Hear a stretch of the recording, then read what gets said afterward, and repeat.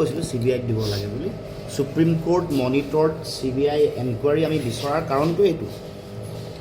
অৱশ্যে আমি চাৰ্জশ্বিটখন পৰা চাব পোৱা নাই আৰু চাৰ্জশ্বিটৰ পিছত এতিয়া আৰু কিছুমান নিউজ আহিছে যে পৰৱৰ্তী দিনসমূহতো BNSৰ 103 লগাইছে হত্যাৰ কাৰণে সকলোকে অভিযুক্ত কৰিছে আৰু তেওঁলোকৰ যিসকল পৰিয়াল আছে তেওঁলোকে এতিয়া অধিবক্তা বিচাৰিছে ইয়াৰ লগত কাৰিকৰীগত কিছুমান কথা আমি কৈছিলোঁ যে SIT নবনোৱাৰ আগত আটাইতকৈ যিগৰাকী ৰেছপনচিবল মানুহ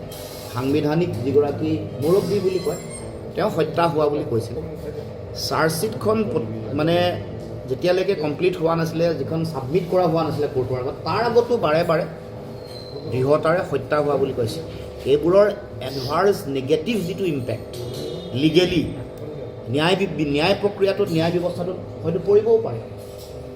সেইকাৰণে কৈছিলোঁ যে এই কথা বতৰাবোৰে অভিযুক্তসকলক সুৰুঙাৰে তেওঁলোকে দুখমুক্ত হোৱাৰ সুযোগটো ন্যায়ালয়ত মুখ্যমন্ত্ৰীয়ে নিজে বৰি দিছিল এইবোৰ কথাও পৰৱৰ্তী দিনসমূহত আছে কিন্তু আমি সকলোৱে জুবিনদাৰ ন্যায় প্ৰাপ্তিৰ কাৰণে আমি যুঁজি আছোঁ আৰু সেইকাৰণে আমি আশাবাদী